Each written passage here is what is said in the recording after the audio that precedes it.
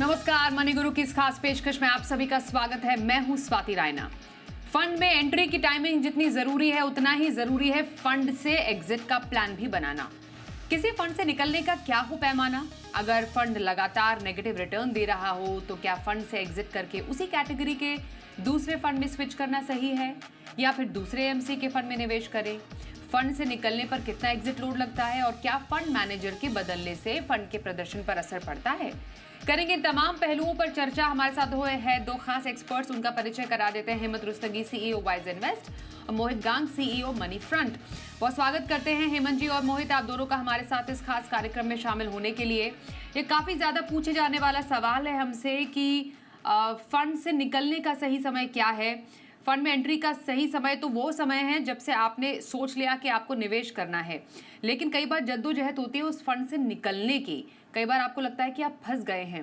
पर फंड का जो प्रदर्शन है ओवरऑल अगर हम समझे किन फैक्टर्स पर आधारित होता है? मोहित, अगर मैं आपसे समझूं, कौन से ऐसे जो परिस्थितियां हैं, सिचुएशंस है जो किसी फंड के प्रदर्शन को प्रभावित करती हैं?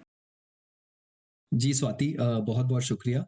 तो देखिए स्वाति, फंड के परफॉर्मेंस को हम दो नजरिए से देख सकते हैं। सबसे पहला तो एक इकोनॉमिक या मैक्रो नजरिया हो गया कि किस तरह का इकोनॉमी में रुख है, बाजार किस तरह से कर रहे हैं, यूएस मार्केट्स का क्या हाल है, ग्लोबल मार्केट्स का क्या हाल है, एफआईआई और डीआईआई निवेशक क्या कर रहे हैं, इंटरेस्ट रेट साइकिल कहाँ पर है, गवर्नमेंट की पॉलिसीज कैसी चल रही हैं, क्या वो किसी पर्टिकुलर सेक्टर के फेवर में है, नहीं है, या किसी सेक्टर को नेगेटिवली इम्पैक्ट कर रही हैं। तो बहुत सारे ऐसे इकोनॉमिक कारण होते हैं या जिन्हें हम मैक्रो फैक्टर्स बोल सकते हैं, जो कि ओवरऑल बाजार को इम्पैक्ट करते हैं। तो वो डेफिनेटली आपके इक्विटी फंड्स को भी इम्पैक्ट करेंगे, आपके डेट फंड्स को भी इम्पैक्ट करेंगे।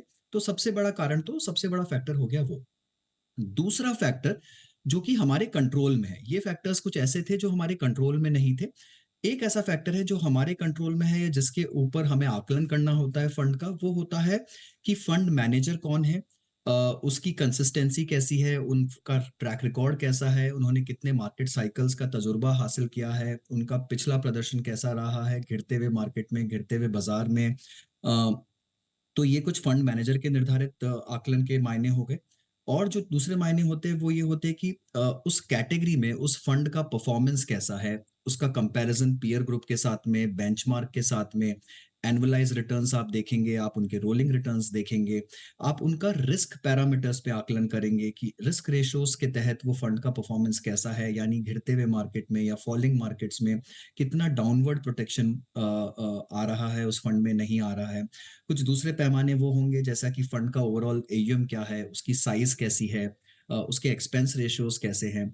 एंड जो एक और ओवर आर्किंग फैक्ट होता है वो ये होता है कि फंड मैनेजर का इन्वेस्टिंग स्टाइल और फिलॉसफी क्या है, कि वो किस तरह से निवेश करते हैं, यानी वैल्यू स्टाइल के इन्वेस्टर है, मोमेंटम स्टाइल के हैं, ग्रोथ का आकलन करते हैं, डिविडेंड यील्ड के पीछे जाते हैं। तो ये सारे ही जो पैमाने होते हैं, इन सभी पैमानों के मापदंड पे आप एक किसी भी फंड का आकलन करते हैं और उसी के आधार पर आप उस फंड में निवेश भी करते हैं। और इन्हीं सभी पैमानों पे कुछ-कुछ मायने पर आपको उस फंड की रेटिंग करते जानी होती है, और जहां पर ये पैमाने बिगड़ने लगते हैं, वहीं से आपका एग्जिट का प्लान बनना भी शुरू होता है। ओके, पर ये नौबत ही क्यों आती है हेमंत जी? किसी फंड से निकलने का इरादा, किसी फंड से निकलने का प्लान, किसी फंड से निकलने की प्लानिंग कोई क्यों करेगा? कौन सी ऐसी सिचुएशंस क्रिएट होती है किसी निवेशकों की फाइनेंशियल जर्नी में जब उनको लगता है कि नहीं, मुझे अब इस फंड से निकलना ही चाहिए? ये स्वाति, आई थिंक जैसा आपने बिल्कुल शुरुआत में कहा, जितना इंपॉर्टेंट है ये डिसीजन लेना कि आपको कहाँ पे इन्वेस्ट करना, उतना ही इंपॉर्टेंट है कि कब किस फंड से निकलना है। अच्छी बात ये है कि पिछले कुछ सालों में हमने देखा कि इन्वेस्टमेंट के लिए तो हमारा जो प्रोसेस है वो काफी अच्छे से डिफाइन हुआ है। इन्वेस्टर्स काफी डिसिप्लिन हुए हैं, सिस्टमैटिकली इन्वेस्ट कर रहे हैं, प्लान कर रहे हैं। बट अभी भी हम कह सकते हैं कि एज एन इन्वेस्टर हम कभी कभी गिल्टी होते हैं कि हम जो हमारा एग्जिट है उसको हम प्रॉपरली प्लान नहीं करते। अचानक से निकल जाते हैं मार्केट की वॉलेटिलिटी की वजह से, या हमें लगा कि परफॉर्मेंस खराब है। तो ये डिसीजन लेना बहुत इंपॉर्टेंट है। जैसा आपने पूछा मुझे कि कौन से कारण हो सकते हैं, क्यों ये ऐसी नौबत आए कि एज एन इन्वेस्टर मुझे इस किसी फंड से निकलना पड़े। सबसे पहला ऑब्वियसली इशू होता है परफॉर्मेंस का, क्योंकि हम ये ना भूलें कि हम किस लिए म्यूचुअल फंड में इन्वेस्ट कर रहे हैं। हम डिफरेंट एसेट क्लासेस को चुनते हैं, हम मार्केट लिंक इन्वेस्टमेंट ऑप्शन में इसलिए आते हैं क्योंकि हमें उम्मीद होती है कि जो ट्रेडिशनल ऑप्शंस हैं उनसे बेहतर हमको रिटर्न मिलेगी। तो ऑब्वियसली अगर वो जिस तरह की रिटर्न की मैं उम्मीद कर रहा हूँ अगर वो मुझे नहीं मिलती तो वो एक डेफिनेटली कारण होगा कि मैं उस फंड से निकलने का सोचूं, लेकिन उसको हमें प्रॉपर पर्सपेक्टिव में डालने की जरूरत है। ऐसा नहीं है कि किसी फंड ने 3 महीने या 6 महीने तक अच्छा परफॉर्म नहीं किया, हमने बिना कारण समझे वहां से हम निकल गए। ट्रैक करना बहुत जरूरी है। Maybe once in a quarter आप पोर्टफोलियो को ट्रैक कीजिए, लेकिन सिर्फ एग्जिट करने के लिए नहीं, समझने के लिए कि फंड की परफॉर्मेंस में क्या क्या फैक्टर्स हैं जो उसको परफॉर्मेंस को नीचे ला रहे हैं। मैं एग्जांपल देता हूँ। मान लीजिए आप लार्ज कैप फंड में हैं और आपने चुना है कि इतना एलोकेशन मेरा लार्ज कैप में होना चाहिए।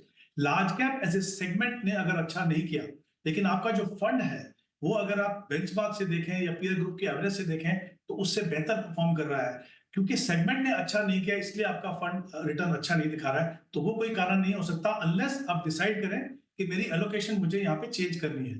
तो ये एक आपको इंपॉर्टेंट फैक्टर देखना है, थोड़ा समय देने की जरूरत है। हाँ, अगर 4-5 क्वार्टर हो गए मान लीजिए और आपको लगा कि भाई पीयर ग्रुप के मुकाबले में आपका फंड अच्छा नहीं कर रहा, कोई उम्मीद नहीं है वहां से, तो obviously maybe it's a time to exit. एक तो वो हो गया।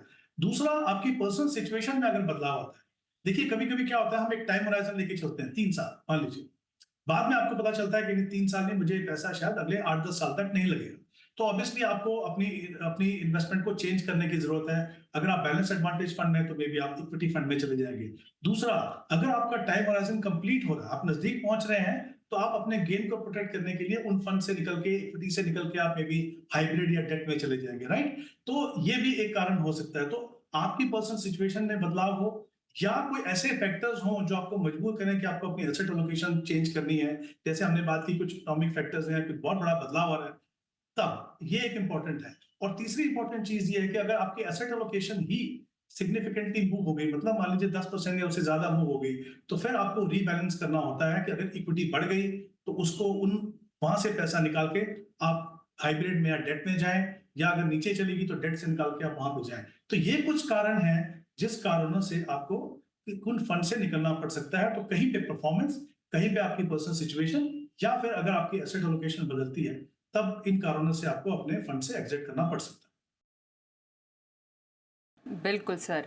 तो सर ने बहुत अच्छे से बताया, एलैबोरेट तरीके से बताया कि कौन सी ऐसी सिचुएशंस क्रिएट हो सकती है, क्या नौबत आ सकती है जब आपको लग सकता है कि ये मेरे फंड से एग्जिट करने की स्ट्रैटेजी है। थोड़ा सा आप इन पर और अच्छे से और अगर चर्चा करें कुछ फैक्टर्स पर, जो कि एक बहुत ही आपके निवेश की जर्नी का एक बहुत इंपॉर्टेंट फैक्टर होता है, वो ये मोहित कि जब आप लॉन्ग टर्म इन्वेस्टमेंट करते हैं और जब आप अपने लक्ष्य के बेहद करीब होते हैं तो आपको एक्विटी से डेट की तरफ शिफ्ट होना पड़ता है। तो इस टाइम का जो एग्जिट प्लान होता है वो कितना अलग होता है, कैसे होता है, और ये जो चेंज है, जो ये शिफ्ट है, इसको सक्सेसफुली कैसे अचीव किया जा सकता है कि आप एक्विटी से निकले, फिर आपने वो पैसा डेट में डाला 1 से 2 साल, और क्योंकि आप अपने लक्ष्य के बेहद करीब हैं, तो ये जो एग्जिट प्लान है इसको सक्सेसफुली इम्प्लीमेंट कैसे करना चाहिए? स्वाति, ये कुछ हद तक ना, जिस तरह से एक डॉक्टर एक मरीज के साथ डेली बेसिस पे काम करता है, कि अगर आपकी कोई इलनेस है जिसके लिए आपको डॉक्टर ने कोई दवाई प्रिस्क्राइब की है, तो आपका रेगुलर चेकअप करेगा, वो आपको बताएगा कि अभी इसकी मात्रा बढ़ाइए, इसकी मात्रा कम करिए, अभी इसमें ये बदलाव करिए, इसको इस तरह से ले जाइए। तो वैसा ही कुछ फाइनेंशियल प्लानिंग की जर्नी और सफर का हाल होता है।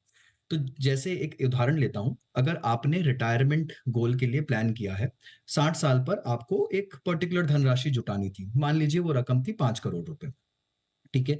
अब अगर आप 58 साल पर हैं और आप देख रहे हैं कि आप अपने लक्ष्य के बहुत करीब ऑलरेडी पहुंच चुके हैं, आपने जो भी फाइनेंशियल प्लान बनाया, और आप अपने जो 5 करोड़ की धनराशि की जो रकम थी, आप उसके बिल्कुल करीब है, उसके आसपास है, उस रकम के ऊपर है, थोड़ा सा 5-10 लाख आगे पीछे हैं, राइट? तो आप बहुत करीब है अपने लक्ष्य के, और आपके लिए बहुत ही अनिवार्य अमाउंट है, और इसके आगे आपके पास में कोई योजना नहीं है, राइट? तो आप उसी समय एज अ फाइनेंशियल प्लानर या एडवाइजर सलाह देंगे कि आप अपने पोर्टफोलियो के एलोकेशन को अब टिल्ट कर दीजिए। अब इक्विटी से निकल कर आप इसे डेट की तरफ इसका रुख कर लीजिए, इसे सेफ कर लीजिए, सेफगार्ड कर लीजिए, क्योंकि मार्केट का रुख, अगली चाल जो है, अगले 6 महीने में, साल भर में आप इतना डिसाइड नहीं कर सकते कि मार्केट ऊपर ही जाएगा, राइट?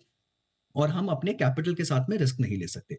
तो वहां पर आप इमीडिएटली अपने लक्ष्य को देखते हुए, और लक्ष्य क्योंकि बहुत पास भी और आप लक्ष्य के बहुत करीब भी है, आप अपना ट्रैक चेंज कर लेंगे, अपना एसेट एलोकेशन चेंज कर लेंगे। अब इसी परिस्थिति में अगर मान लिए कि आप अपने लक्ष्य से बहुत दूर हैं, आपको जो धनराशि जुटानी थी, आप उसके बिल्कुल पास में भी नहीं पहुँचे हैं, तो आप थोड़ा-सा और इसे समय देंगे। आप चाहेंगे कि और अगला 1 साल, 1.5 साल, 2 साल अपने इक्विटी की स्ट्रैटेजी पे कायम रहे और देखें कि किस तरह से आप अपने पोर्टफोलियो को आगे बढ़ा सकते हैं, कितना पास अपने लक्ष्य के ले जा सकते हैं।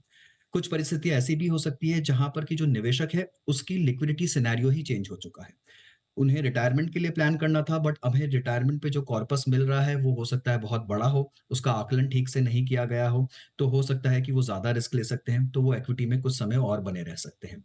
ये भी हो सकता है कि उनकी रिटायरमेंट की एज जो थी वो 60 से बढ़कर 62 हो गई हो, या फिर रिटायरमेंट के बाद उन्हें कोई कंसल्टेंसी का काम मिल गया हो, तो उनकी जो रेगुलर इनकम की रिक्वायरमेंट थी वो कम हो गई है, तो फिर से आपको अपने गोल्स को और अपने एसेट एलोकेशन को ट्वीक करना पड़ेगा। तो मूल बात ये है स्वाति कि ये जो एलोकेशन है, कब आपको निकलना है और कितना बना रहना है, ये बहुत ही डायनेमिक है। ये हर मायने में चेंज होता रहता है, हर निवेशक के लिहाज से चेंज होता है, हर सिचुएशन, हर सर्कमस्टेंस में चेंज होता है। बट अगर मोटा-मोटी तरीके से इसे समझें, तो जब आप अपने लक्ष्य के बहुत करीब पहुँच रहे हैं और आप अपने लक्ष्य की जो रकम आपको जुटानी थी, उसके काफ़ी पास पहुँच चुके हैं, वो जुटा चुके हैं, तो आप 1 साल पहले, 2 साल पहले आप उसे सेव कर सकते हैं। उसे कैपिटल को प्रिज़र्व करने के लिए आप डेट का रुख ले सकते हैं, अपने एसेट एलोकेशन को चेंज कर सकते हैं। बिल्कुल, तो ये एक बड़ा कारण हो सकता है किसी फंड से एग्जिट करने का कि आप लक्ष्य के बेहद करीब हैं और आपको इक्विटी से डेट में शिफ्ट करना है। एक बड़ा फैक्टर है जिसमें हमने पिछले कुछ सालों में देखा कि इस पर काफ़ी ज़्यादा तवज्जो निवेशकों ने देनी शुरू की और जिसका जिक्र भी अभी शो की शुरुआत में हुआ था, फंड मैनेजर का बदलना। एक बहुत ही फेमस फंड मैनेजर रहे हैं, दशकों का एक्सपीरियंस रहा है, जो एचडीएफसी एएमसी के साथ रहे, प्रशांत जैन। अब प्रशांत जी जब एचडीएफसी एएमसी से निकले तो जो फंड्स वो मैनेज कर रहे थे, उनके जो पुराने निवेशक थे, उनको मन में एक मिनट ये ख्याल भी आया होगा कि इतने फेमस, इतने एक्सपीरियंस, तजुर्बेगार अगर फंड मैनेजर निकले हैं तो फंड का भविष्य क्या रहेगा। तो फंड मैनेजर का जाना, फंड मैनेजर का बदलना, हेमंत जी, एक फंड को कैसे इम्पैक्ट करता है और क्या ये भी एक रीजन कई बार बनता है किसी के फंड एग्जिट करने का? देखिए स्वाति, आपने बिल्कुल सही कहा। आई थिंक कौन फंड मैनेजर है वो डेफिनेटली इंपॉर्टेंट एस्पेक्ट है, और जैसा आपने एग्जांपल भी दिया। बट थोड़ी सी इसको समझते हैं बेसिकली कि फंड मैनेजर का रोल क्या है, फिर हम इस इशू पे आएंगे। देखिए, फंड मैनेजर का रोल ओवर द इयर्स थोड़ा बदला है, राइट। अभी आज के समय पे क्या होता है, आई थिंक ये प्रोसेस समझना बहुत जरूरी है एज एन इन्वेस्टर हमें। मोस्ट फंड मैनेजर के जो फंड हाउसेस हैं उनके अंदर एक उनकी इन हाउस इन्वेस्टमेंट फिलॉसफी होती है, राइट। एक ब्रॉड फिलॉसफी होती है, उसके बाद एक इन्वेस्टमेंट कमेटी बनती है जिसमें डिफरेंट फंड मैनेजर्स और सीआईओ और कभी कभी बिजनेस हेड भी उसका उसका पार्ट होते हैं। फिर एक फुल फ्लेजेड रिसर्च टीम होती है जहाँ पे अलग अलग एनालिस्ट हैं जो डिफरेंट सेक्टर्स को ट्रैक करते हैं, जो फंड मैनेजर को अपनी इनपुट देते हैं कि हमें इन सेक्टर्स में ये और कौन सी कंपनीज हमें अच्छी लग रही है, राइट। तो ये जो डिसीजंस हैं और सबकी नोटिंग होती है कि क्या हमने डिसीजन लिया, तो ये एक तरीके से कलेक्टिव डिसीजन होता है कि हम कहाँ जा रहे हैं। लेकिन इसका मतलब ये नहीं है कि फंड मैनेजर का रोल कम होता है। कुछ डिसीजन फंड मैनेजर भी लेते हैं और इसीलिए शायद हम हमेशा कहते हैं कि फंड मैनेजर का रोल इंपॉर्टेंट है। अगर मैं एक एग्जांपल यहाँ पे देना चाहूँ जिससे शायद मुझे लगता है सभी निवेशकों को वो समझ में आएगा मैं क्या बोलने की कोशिश कर रहा हूँ। आईपीएल का सीजन है, राइट। हम क्रिकेट में देखते हैं, कैप्टन है, टॉस करने जाते हैं, फील्ड के ऊपर सारे चेंजेस वो करते हैं, किसको ओवर देना है, सब कुछ वो करते हैं। लेकिन टीम में अगर आप देखें कौन कौन है, बॉलिंग कोच है, बैटिंग कोच है, ओवरऑल एक कोच है, साइकोलॉजिस्ट है, राइट। बहुत सारे लोग रहते हैं जो मैच से पहले मीटिंग भी करते हैं कि हमारी स्ट्रेटेजी क्या है, प्लान ए क्या है, प्लान बी क्या है। लेकिन जब आप ग्राउंड पे आते हैं तो वो जो काफी सारे डिसीजन जो है वो कैप्टन लेते हैं, और इसीलिए जीत हो या हार हो तो क्रेडिट या फिर ब्लेम उनको ही जाता है। तो सेम चीज जो है वो फंड मैनेजर के साथ भी होती है, और आई थिंक उनका roll over a period of time change हुआ है। आपने जिस एग्जाम्पल की बात की वो मैं कह दूं आपको, वो बहुत बड़े फंड मैनेजर थे। ऑब्वियसली डर ये था कि बाद में फंड हाउसेस का क्या होगा, लेकिन क्योंकि वो अच्छे फंड मैनेजर थे, क्योंकि उन्होंने प्रोसेसेस सेटअप किए हुए थे, क्योंकि जैसा मैंने कहा कि इन्वेस्टमेंट कमेटी है और लोग पार्टिसिपेट कर रहे हैं, तो जब वो निकलते भी हैं आपने देखा कि फंड में बहुत ज्यादा फर्क नहीं आता, क्योंकि बाकी फंड मैनेजर भी उस प्रोसेस का हिस्सा थे। उनको पता था कि हमारी इन्वेस्टमेंट फिलॉसफी क्या है, किस तरीके से हम सिलेक्शन करते हैं, किस एनालिस्ट का क्या रोल है, राइट, कौन से सेक्टर्स को हम देख रहे हैं। तो बहुत ज्यादा बदलाव नहीं आता। अगर आप देखें कोई बदलाव हुआ है, कुछ समय दें, ऐसा नहीं कि अगले दिन आपको उस फंड से निकल जाना है। समय दीजिए, देखिए वाकई में क्या कुछ बदलाव हो रहा है कि नहीं। अगर आपको लगे नहीं बदलाव हो रहा है, जो आपको पसंद नहीं आ रहा, तब आप सोचिए। बट यूजुअली मुझे लगता है ये इन कारणों से जो मैंने आपको बताया, बहुत ज्यादा फर्क नहीं पड़ता। हाँ, लेकिन फंड मैनेजर का खुद का कंट्रीब्यूशन डेफिनेटली होता है। लेकिन अगर वैसा ही फंड मैनेजर, देखिए फर्क क्या होता है, अगर आप ये प्रोसेस नहीं रखेंगे तो आपको नया फंड मैनेजर वो चुनना पड़ेगा जिनकी सोच उनके जैसी हो। लेकिन अगर आप एक ढांचे के अंदर काम कर रहे हो तो एक दूसरा फंड मैनेजर ढूंढना थोड़ा आसान होता है। तो फर्क पड़ सकता है, बट आई थिंक थोड़ा समय दीजिए देखने के लिए और फिर डिसाइड कीजिए कि फंड में बने रहना है या बाहर जाना है। फंड से खराब का जो खराब प्रदर्शन होता है उसके पीछे के बड़े फैक्टर क्या होते हैं, क्योंकि फंड जो है उसका जो प्रदर्शन है अलग अलग साइकिल पर आधारित होता है और फंड के खराब प्रदर्शन के पीछे कई कारण होते हैं। अगर आप एक छोटी अवधि के लिए ही फंड के रिटर्न को देखेंगे, अगर आप सिर्फ 1 साल के रिटर्न के लिहाज से फंड के प्रदर्शन को सोच के समझ के उसको पैमाना बनाकर अगर आप निवेश करेंगे तो शायद वो आपके लिए सही नहीं रहेगा। कम से कम 3 साल का ट्रैक रिकॉर्ड एक फंड का देखना ज़रूरी है, जिससे पहले आप ये एक निर्णय लें कि आपको उस फंड से निकलना है। तभी ये भी कहा जाता है कि एक कोई नया फंड होता है उसको आप थोड़ा पहले पकने दें और उसके बाद जब वो थोड़ा सा बाजार में अलग अलग साइकिल्स में एक्सपेरिमेंट करें और अच्छे से पके, उसके बाद आप उस फंड में निवेश करें तो वो एक बेहतरीन तरीका हो सकता है किसी भी निवेशक के लिए समझने का, इसे एसेस करने का कि उन्हें उस फंड से निकलना है कि नहीं निकलना है। और सबसे इम्पोर्टेंट एग्जिट लोड होता है, क्योंकि कई फंड्स का एग्जिट लोड होता है। अगर आप समय से पहले उस फंड से निकल जाएंगे तो एग्जिट लोड आपको उठाना पड़ सकता है। वेरी क्विकली मोहित, फंड का खराब प्रदर्शन कितने समय तक इंतजार करना चाहिए जिससे पहले एग्जिट प्लान बनाएं? जी स्वाति, तो देखिए जब भी हम इक्विटी में निवेश करते हैं तो सबसे बड़ी बात होती है, हम सभी निवेशकों को ये बोलते हैं कि कम से कम 3 से 5 साल का दायरा आपके पास होना ही चाहिए। उसके बिना इक्विटी में निवेश करना बिल्कुल भी सही विकल्प नहीं है।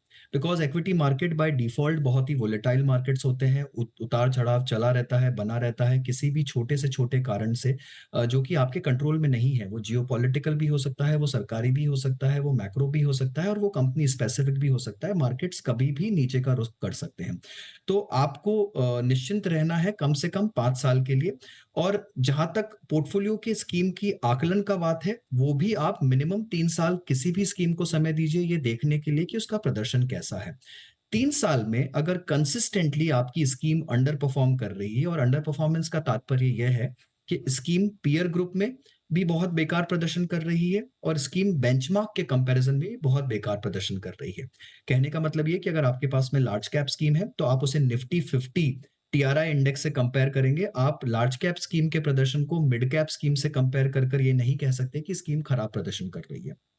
तो उसकी कैटेगरी में उसका एवरेज क्या है, दूसरे लार्ज कैप स्कीम कैसा प्रदर्शन कर रहे हैं और आपका जो बेंचमार्क है वो कैसा रिटर्न दे रहा है, उसके अगेंस्ट में अगर आप देखते हैं कि कंसिस्टेंटली, और कंसिस्टेंसी बहुत बड़ा शब्द है यहाँ पर, मतलब रेगुलरली अगर आपकी स्कीम अंडर परफॉर्म कर रही है, देखिए 1 क्वार्टर का अंडर परफॉर्मेंस, 6 महीने का अंडर परफॉर्मेंस कोई भी स्कीम कभी भी दे सकती है। पर अगर स्कीम जी लगातार 3 जी साल तक मोहित। कंसिस्टेंटली अंडर परफॉर्म कर रही है तो फिर आपको वहां से एग्जिट करना होगा। बिल्कुल। और एग्जिट लोड भी एक फैक्टर है हेमंत जी जिसको ध्यान में रखना चाहिए, क्योंकि कई एएमसी है वो किसी फंड से निकलने पर भी चार्ज वसूलती है। क्या ये जेब पर भारी भी पड़ सकता है? ये बात सही है स्वाति कि एग्जिट लोड होता है। ऑब्वियसली वो कुछ समय के लिए होता है, ऐसा नहीं कि अगर आप लॉन्गर ड्यूरेशन के लिए इन्वेस्ट करें तो एग्जिट लोड होता है।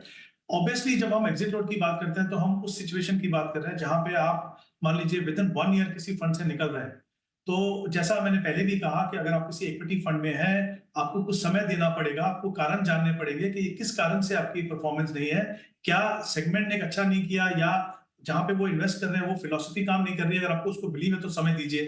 एग्जिट लोड तभी आएगा जब आप थोड़े जल्दी से किसी फंड से निकलना चाहें। बट इसलिए मैंने कहा कि वो एक फैक्टर जरूर हो सकता है। अगर आपको लगता है आप गलत फंड में आ गए तो फिर आप आधा परसेंट 1% एग्जिट लोड की चिंता नहीं करेंगे, आप निकलेंगे और सही डिसीजन लेंगे। लेकिन अगर आप सही फंड में हैं तो जल्दबाजी में एग्जिट लोड देने का कोई मतलब नहीं है। तो एक फैक्टर हो सकता है, बट जैसा मैंने कहा वो डिपेंड करता है आपकी डिसीजन मेकिंग की अप्रोच कैसी। तो हमने समझा फंड से निकलने के क्या हो पैमाने। तमाम पहलुओं पर चर्चा करने के लिए हेमंत जी और मोहित, आप दोनों का बहुत धन्यवाद करेंगे हमारे साथ मनी गुरु के आज के इस एपिसोड में शामिल होने के लिए। और आइए अब आपको सुनाते हैं खास बातचीत। सैमको ग्रुप लेकर आ रहा है स्पेशल अपॉर्चुनिटीज फंड, और इस फंड की खासियत के बारे में सैमको ग्रुप के ग्रुप सीईओ जिमित मोदी से बात की हमारे संवाददाता सहयोगी सौरभ पांडे ने।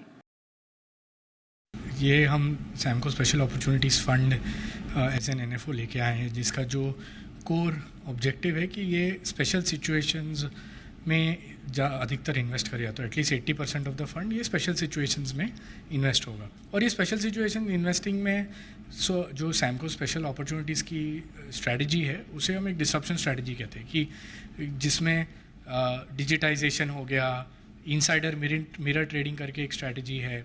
तो हमने 10 अलग अलग टाइप की स्ट्रैटेजीज़ बनाई हैं, सब स्ट्रैटेजीज़ जो स्पेशल सिचुएशंस को कैप्चर करती है।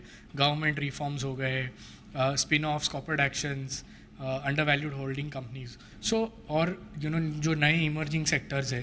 तो इन 10 यूनिक सब स्ट्रैटेजीज़ को कंबाइन करके उसका एक ये फंड बनाया गया है जो सैमको स्पेशल अपॉर्चुनिटीज़ फंड है। और इसका सबसे बड़ा एडवांटेज ये क्या है कि अल्टीमेटली ये कोई specific small cap, mid cap या लार्ज कैप टाइप की कैटेगरी का फ़ंड नहीं है। जहाँ भी अपॉर्चुनिटी मिलेगी वहाँ ये फ़ंड इन्वेस्ट कर पाएगा। दूसरी कि ये फ्लेक्सिबिलिटी बहुत बढ़िया है ये फ़ंड में। जब भी आप कोई थीमेटिक फ़ंड करते हो तो एक्चुअली उसमें पैसा जब थीम चल रही है तभी बनता है, बट थीम अगर चलना बंद हो गई तो पैसा अल्टीमेटली इन्वेस्टर अटक जाता है। वेरेज ये स्पेशल अपॉर्चुनिटीज़ जैसे फ़ंड में वो अगर हम लेट से ऑटो चल रहा है तो हम ऑटो में इन्वेस्टेड रहेंगे, डिफेंस चल रहा है तो डिफेंस में, तो वो फ्लेक्सिबिलिटी हमको मिलती है, एंड वो इसका सबसे बड़ा एडवांटेज है। और इससे क्या होता है, इन्वेस्टर को बार बार टैक्सेशन भी नहीं लगता है कि आपने ऑटो फंड लिए, ऑटो फंड बेचे, डिफेंस फंड लिए, डिफेंस फंड बेचे, तो इसमें हर बार आप ले बेच करोगे तो आपको टैक्स लगेगा। उसके बदले अभी बिकॉज हम ये internally as a fund manage करते हैं and we make sure that we are in the right sectors, the trending sectors, तो उससे इन्वेस्टर का टैक्स इम्प्लीकेशन भी काफ़ी बेनिफिशियल हो जाता है। ये की हाइलाइट्स है, ये की स्ट्रैटेजी है। सम इन सब्सटेंस 10 सब स्ट्रैटेजी इन वन फंड, ये है सैमको स्पेशल अपॉर्चुनिटीज़ फंड। इसके साथ मनी गुरु में बस इतना ही। वक्त एक ब्रेक का है, देखते रहिए जी बिजनेस।